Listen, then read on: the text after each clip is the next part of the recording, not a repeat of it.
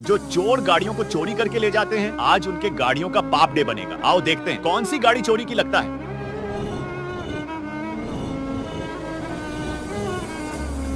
यही गाड़ी चोरी की है, लेकिन उसे देखने से पहले मुझे देखकर इग्नोर मत करना। इस बार जो भी एग्जाम में पास होना चाहता है, मैं पास कर दूंगी, मगर मेरा भी एक काम करना होगा। तुम्हें इस वीडियो को एक लाइक और चैनल को सब्सक्राइब करना होगा और 5 सच्चे मित्र को शेयर करना होगा। और मेरे बेटे जाते जाते कमेंट में सरस्वती माँ लिख दो। और इसका तो पापड़ी बन गया।